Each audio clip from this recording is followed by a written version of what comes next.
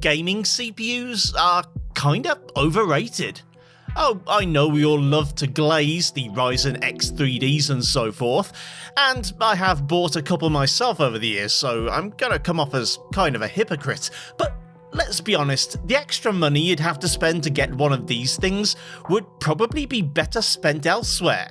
If you don't have ambitions of being the next esports sensation or running AAA games at 200 FPS for some reason, and your combined CPU and GPU budget are less than the price of a set of DDR5 these days, you might be less interested in the best CPU you can buy, and more into the worst you can get away with.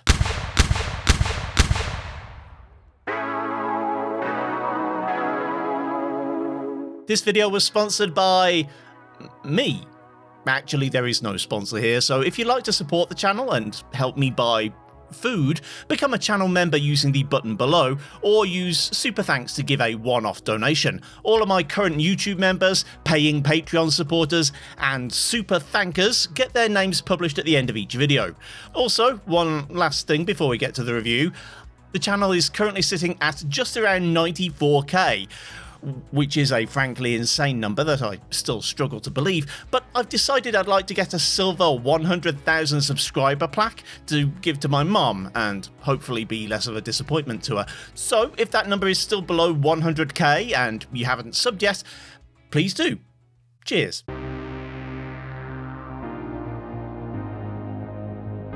The Zen 2-based Ryzen 5 3600 is my candidate for the Universal Minimum CPU for gaming in 2026.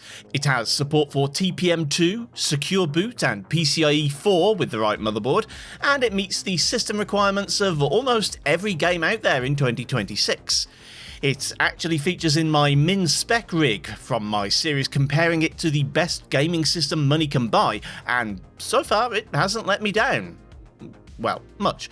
Anyway, as part of a short series of videos about AMD's 6-core CPUs, I thought I'd give it a quick run through my new benchmarking suite to see if it's possible to hit at least 60 FPS in every one of them. To that end, I've paired the 3600 with 3600 speed RAM, specifically 32GB of CL14 stuff, and I've tested without PBO enabled. More on that at the end of the video. My GPU is the RTX 5090, and I've tested most games with and without ray tracing to give an idea of what gamers with older, non-RT graphics cards can expect this chip to achieve. As we all remarked from its impressively frugal system requirements, Crimson Desert is very scalable. However, when you actually play it, you definitely get the feeling like it was designed with ray reconstruction or ray regeneration in mind. Taking that into account, I started my benchmarks with Max RT and RR enabled, and those are some pretty heavy graphics settings to enable in a CPU review. At a resolution of 1440p, you'd expect even the RTX 5090 to become the bottleneck, so to counteract this and make sure the 3600 isn't being restricted, I used DLSS performance to effectively drop the render resolution to 720p. The GPU is now only being utilised up to around 65% of its maximum, and the average frame rate hits 76 FPS, with 1% lows around 50. Of course, if you're buying or looking to justify still owning a 3600 in 2026, I'm going to go out on a limb and guess that you're not pairing it with an RTX 5070 Ti or RX 9070 XT. In that case, you might not care about ray tracing, so I did a second run with RT turned off altogether. RT isn't just a GPU effect, and disabling it actually frees up the CPU to deliver an extra 6 frames on average, or about 8%. Not a lot, I know, but it all counts. The opening scene of Resident Evil Requiem looks fantastic with path tracing, but again, that one graphical setting also has a fair impact on CPU performance, bigger even than that found in Crimson Desert.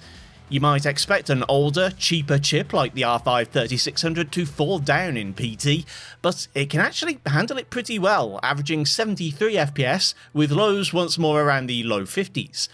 This time, however, disabling ray tracing sends the average up to a whopping 108, so with the right combination of settings and resolution, you should be able to achieve a high frame rate on even older non-RT GPUs. From what I've seen so far, Death Stranding 2 doesn't make as big a deal of its ray tracing features as the previous two games, and I'm not sure I've even noticed the effect being used in actual gameplay. That being said, it's also very lightweight on the CPU, taking the average down from a very healthy 92 FPS to a still frankly excellent 84, so if your GPU can handle it, I'd say knock yourself out. The Ryzen 5 3600 performs very well in Doom the Dark Ages, though honestly there's not much room to grow above this anyway. With path tracing enabled, the game almost hits a 100 FPS average, and the best I've achieved before the RTX 5090 becomes the limiting factor is around the 135 mark, so this 3-generation old mid-range chip is actually 2/3 of the performance of the latest and greatest. You can't disable ray tracing in this game, and turning off PT has very little effect on CPU performance, with the 102 FPS average being within margin of error of the PT result, except now the GPU is only about half utilised, rather than 80% or so. If you want realistic squirrels, you have to accept the consequences. This is my understanding as to why The Last of Us Part 2 is always hammering the CPU in this forest scene, and why an older, weaker CPU might hold back a game that otherwise seems pretty well optimised. The 3600 once more holds up under pressure, with a 90 plus average and percentile lows just below 70 FPS. Rendering Baldur's Gate 3 at an effective resolution of 720p isn't too much work for the RTX 5090. The GPU utilisation drops into the 30s when paired with the Ryzen 5 3600, and that's because the otherwise quite graphically undemanding game is being massively held back by the CPU. The average is around the low 70s, dropping into the high 40s at worst.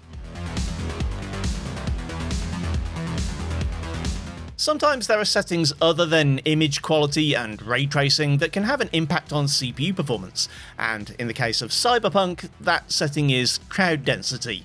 At high, it makes the 3600 basically incapable of a solid 60 FPS in Night City. With RT overdrive enabled, we're stuck at a 52 average, and turning RT off only gains about 15% or so. And although that is a 60 average, it frequently drops well below that. With crowds reduced to low, the path traced average is now in the mid-60s and lows are in the 40s, so I'd still say this CPU is a little short of the mark for ray tracing.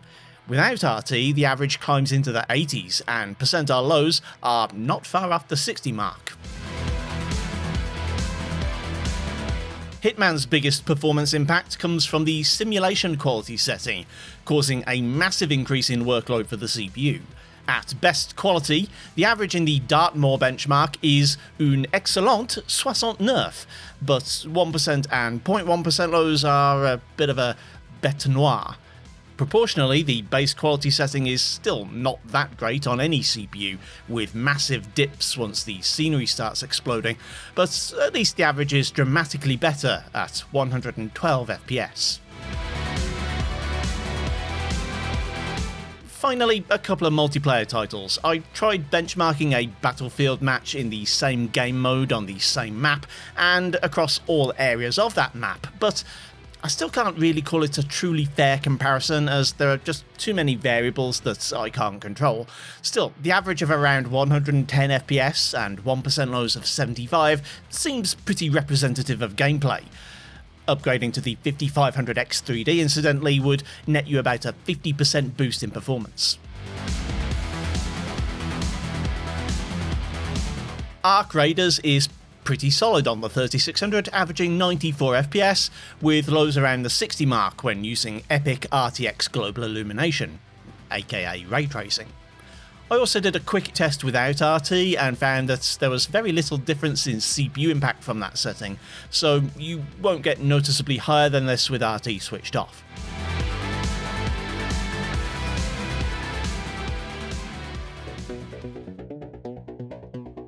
As I said earlier on, I've been using DLSS upscaling as a way of effectively taking the GPU out of the equation and ensuring the CPU is the bottleneck.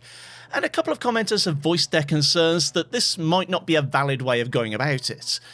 As 1440p with DLSS performance is rendering internally at 720p, I decided to go back and rerun a few of the games at native 720p to see if the DLSS algorithm is causing any unforeseen consequences.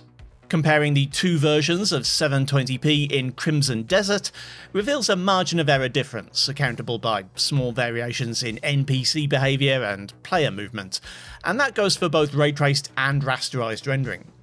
Meanwhile, RE Requiem does show a small but measurable increase in performance without DLSS, amounting to about 6% on average, and again, that's the same for both the path trace test and the run with all RT disabled. Death Stranding 2 is almost identical between upscaled 720p and native 720p, at least in performance. Obviously the upscaled version looks quite a bit sharper in all cases. The Last of Us Part 2 also shows virtually identical benchmark results both ways, as does Baldur's Gate 3, which is still using remarkably little GPU power in this instance, and the numbers are basically even in Cyberpunk 2077, which I only tested with ray tracing and low crowds because I was running out of time and/or patience.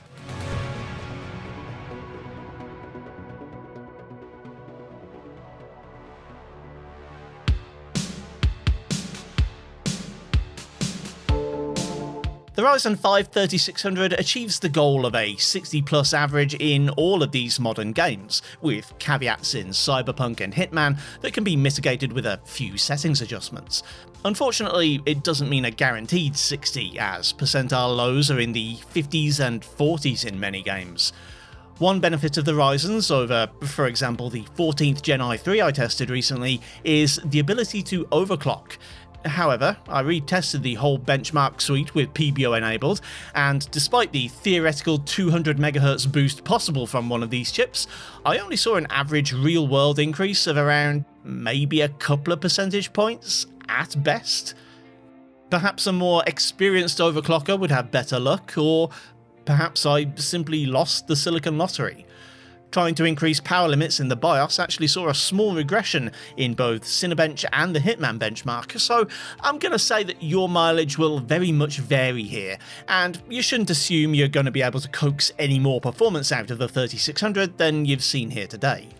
If you'd like to see how one of the best 6 cores on the AM4 socket compares to the next generation model, check out that video linked on screen. Now, thanks for watching, kindly do the usual YouTube things if you feel so inclined, and I'll see you next time.